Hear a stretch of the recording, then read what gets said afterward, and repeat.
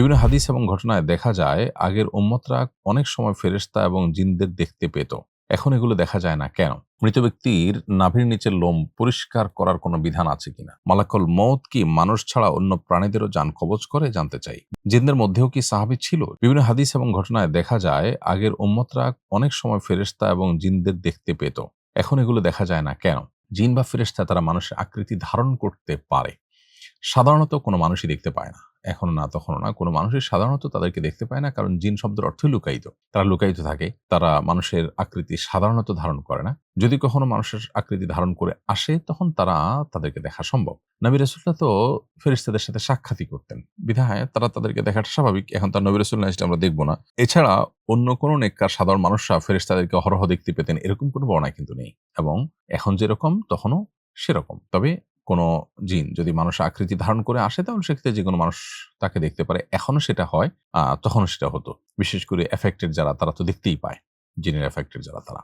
So এই বিষয়টি তখন যেমন ছিল এমন তার চাইতে ভিন্নতর কিছু হয়েছে তা না। মৃত ব্যক্তির নাভির নিচের লোম পরিষ্কার করার কোনো বিধান আছে কিনা? কোনো মানুষ মারা গেলে তার শরীরের পশম কিংবা নখ অন্য কিছু আর কাটা উচিত নয়, বরং জীবদ্দশায় যদি হয় তাহলে সেক্ষেত্রে মৃত্যুর আগে আইসিইউতে আছেন, সেন্সলেস অবস্থা আছেন, এরকম অবস্থায় তার এই সমস্ত অবাঞ্ছিত লোম অথবা নখ ইত্যাদি কেটে দেওয়া যেতে পারে। মারা যাওয়ার পরে এগুলো করা উচিত নয়। যদি করে কেউ মারা যাওয়ার পরে তাহলে তার লাশের সাথে সেগুলোকে দাফনও করে দিতে হবে। মালাকুল মউত কি মানুষ ছাড়া অন্য প্রাণীদেরও জান কবজ করে জানতে চাই। বিশুদ্ধতম মত অনুসারে মালাকুল মউত বা মৃত্যুর দূত, মৃত্যুর দায়িত্বে নিয়োজিত ফেরেশতা এবং তার বাহিনী তারা শুধু মানুষের প্রাণী কবজ করে না, বরং অন্যান্য প্রাণীদের প্রাণও তারাই কবজ করেন এবং এটা আল্লাহর পক্ষ থেকে জিম্মাদারি প্রাপ্ত তারা। তার ধরন কি, প্রকৃতি কি, সেটা একমাত্র আল্লাহ তাআলা ভালো জানেন। জিনদের মধ্যেও কি সাহাবী ছিল? জানাবেন দয়া করে। অবশ্যই জিনদের মধ্যে অনেকে নবী করিম সাল্লাল্লাহু আলাইহি ওয়াসাল্লামের হাতে ইসলাম গ্রহণ করেছেন, যেমন সূরা জিনে রয়েছে, বিভিন্ন হাদিসে রয়েছে। অতএব নবী করিম সাল্লাল্লাহু আলাইহি ওয়াসাল্লামের সামনে যে সমস্ত জিনরা এসেছেন, ঈমানদার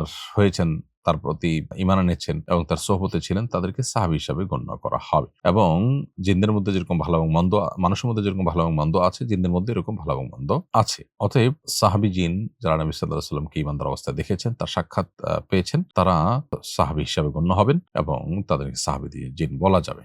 এখনো কোনো সাহাবী জিন আছে কিনা সেটা ইলম একমাত্র আল্লাহ তাআলার কাছে আছেন। কারণ মানুষের হায়াত আর জিনের হায়াত একরকম নয়। তবে নবী সাল্লাল্লাহু আলাইহি ওয়াসাল্লামের সময় সাহাবী জিন ছিল এবং তারা হাতে অনেক ইসলাম গ্রহণ করেছেন। অতএব তাদেরকে সাহাবী জিন বলা যেতে পারে। মানুষদের মধ্যে যেরকম সাহাবী ছিল তারাও জিনদের মধ্যে এরকম সাহাবী হিসাবে বিবেচিত হবেন।